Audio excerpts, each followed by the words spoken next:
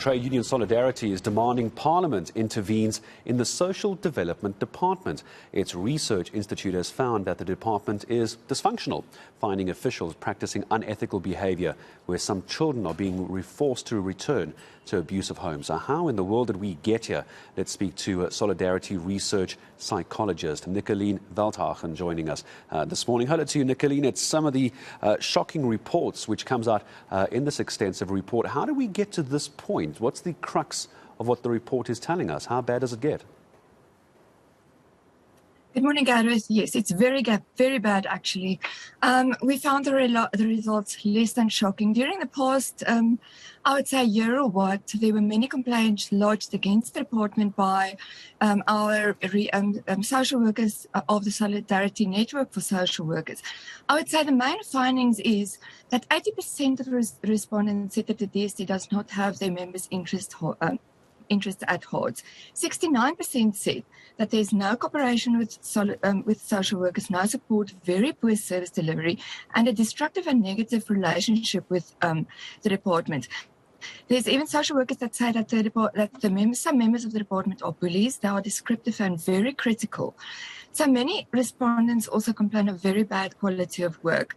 So files are left unattended, urgent matters are ignored, documents are not signed, and this leads to vulnerable people not being helped in time, or files just gets lost. They need to resubmit documents. And I understand this is not the first time this has been raised, Nicolien. There was a letter written by Solidarity earlier in the year, I understand. Where did that go? Fell on deaf ears, or did you get some reaction? It absolutely fell on deaf ears. The letter was sent to the department. There was no reply. And that's why the research was requested, so that we can actually get to the bottom of the thing, the bottom and facts and the extent of the problem. So after this report, which revealed this absolute frustration and this struggle of social workers to do their jobs, we are going to take it to Parliament and asking them to urgently intervene. After which, if nothing changes, then we would definitely consider legal action as well. What does a parliamentary intervention look like, Nicolien? What does a parliamentary intervention look like? Yeah, they are obliged at least to investigate the situation, at least to go and see if they can find out what's going on there. But the report is very comprehensive, and I can tell you, there's pages of stories.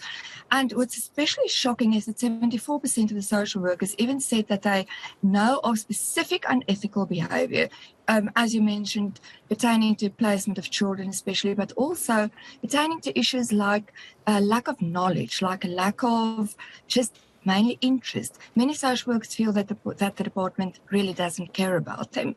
They are so frustrated because one social worker even said to me, if they can't even trust them to answer their phones or reply to emails, how can they trust them with children's lives, with vulnerable people's lives? Let me ask you this as a last question now.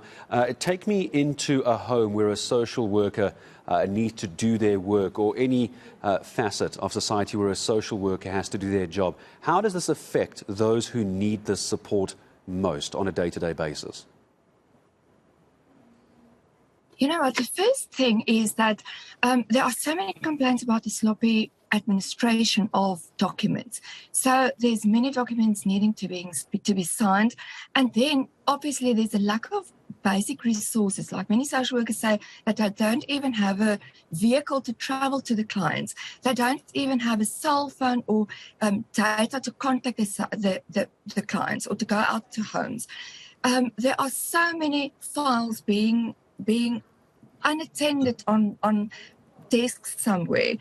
It seems as if so many social workers have to prioritize some of their clients now. They have to say that these people are kind of okay at the moment, but these people need urgent help. So I think it's such a critical matter at this stage. There's too many people who need help, and there's too little resources and too little support, and too little people being able to do their work or being supported to do their work. There's not enough resources. It sounds like there's too little communication as well. Nicolien, thank you for bringing this to our attention. No doubts we're going to follow this up with the various role players, but not painting a very good picture at all. But it is the reality on the ground for social workers.